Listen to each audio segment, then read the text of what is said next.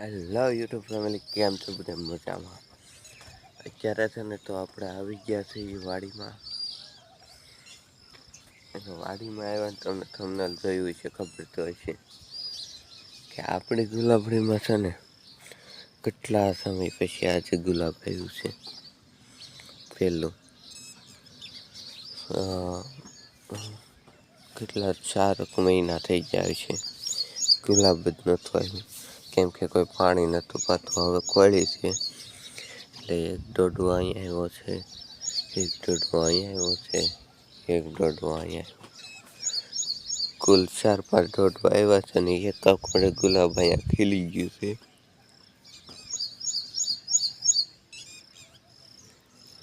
બાકી તો અહીંયા તો કાયમ જો લાડ બધા ગુલાબ આવે. અને આપણી વાડીમાં જો તમે ખડ જોવો છું, જો આવું ખડ થઈ ગયું મિત્રો. આખી વાડીમાં છે. એનું કારણ શું હતું ખબર છે?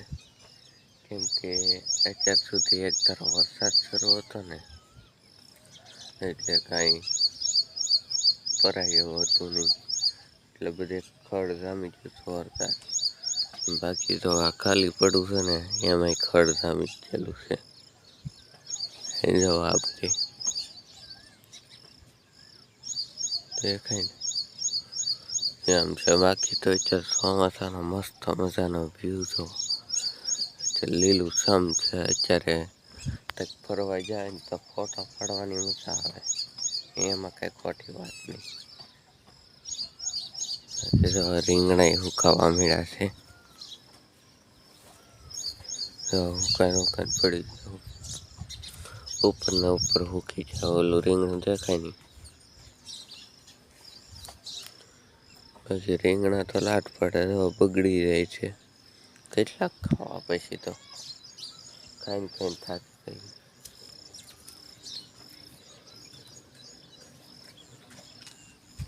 બાકી જમરૂક દવાવાળા જાય છે મારા પપ્પા ગામમાં.